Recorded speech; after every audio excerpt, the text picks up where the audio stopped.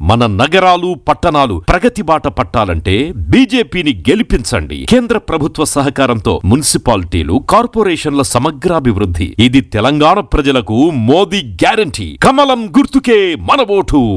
Save Telangana. Vote for BJP. Municipal corporation ప్రచారం చాలా జోరుగా తెలంగాణలో జరుగుతుంది. ప్రతి ఒక్క పార్టీ నా క్యాండిడేట్ గెలవాలని వాళ్ళు చాలా జోరుగా ప్రచారం కూడా చేస్తున్నారు. ఇంకోవైపు మన తెలంగాణ ముఖ్యమంత్రి రేవంత్ రెడ్డి గారు ప్రచారం చేస్తున్నారు. అదేవిధంగా ప్రచారంలో ఆయన ఈ స్పీచ్లో ఏమంటుండంటే, రేవంత్ ఓవైసీ చెప్తే కూడా నాకు బాధ లేదు అంటుండయన. ఎంత దురదృష్టం చూడండి. అంటే ఓవైసీకి చిన్న కొడుకుగా, లేకపోతే ఓవైసీకి ఒక చిన్న తమ్ముడుగా మన రేవంత్ రెడ్డి గారు తయారైపోయినారు. ఎంత దురదృష్టం. అంటే ఇవాళ ఈ మున్సిపల్ కార్పొరేషన్ని ఒక ఫైనల్ మ్యాచ్గా చూసుకుంటున్నారు.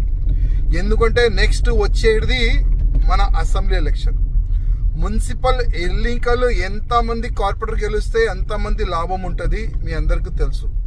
ఎందుకంటే ఒక్కొక్క కార్పొరేటర్ చాలా ఆయన డివిజన్లో చాలా పక్కడబండిగా ఆయన పనిచేస్తాడు మన మున్సిపల్ కార్పొరేషన్లో.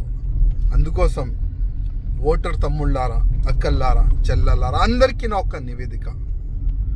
నెక్స్ట్ ఇంకొక బంగ్లాదేశ్ మన తెలంగాణ కావద్దు అంటే ఈ ఓవైసీ కొడుకులకి, ఓవైసీకి ఫాలో చేస్తున్న అందరికీ మీరు నచ్చజెప్పాలి, మీరు జవాబు ఇవ్వాలి.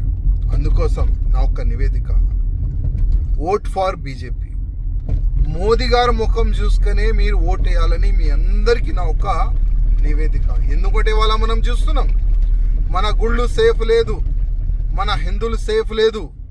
ఏ విధంగా రేవంత్ రెడ్డి గారు మొత్తం పార్టీని ఓవైసీ చేతితో పెట్టినారు మీరందరు కూడా చూసినారు. అందుకోసం నా ఒక నివేదిక, మన తెలంగాణ హిందువులని మనం కాపాడుకోవాలంటే ఓట్ ఫర్ బీజేపీ. నా ఒక నివేదిక మీరందరు గమనించండి. కొద్దిగా నా ఒక రిక్వెస్ట్, చాలా వరకు డబ్బులు ఇచ్చే వీళ్ళు ప్రయత్నం చేస్తారు. అన్ని పార్టీ డబ్బులు ఇచ్చే ప్రయత్నం చేస్తారు. కానీ డబ్బులు తీసుకోండి, ఎందుకంటే ఆ డబ్బులు మీదే. డబ్బులు తీసుకొని కానీ ఓట్ అయితే ధర్మంకి ఇవ్వండి, ఓట్ అయితే బీజేపీకి ఇవ్వండి, ఓట్ అయితే మోదీ గారు ముఖం చూసుకొని ఇవ్వాలని నా ఒక నివేదిక.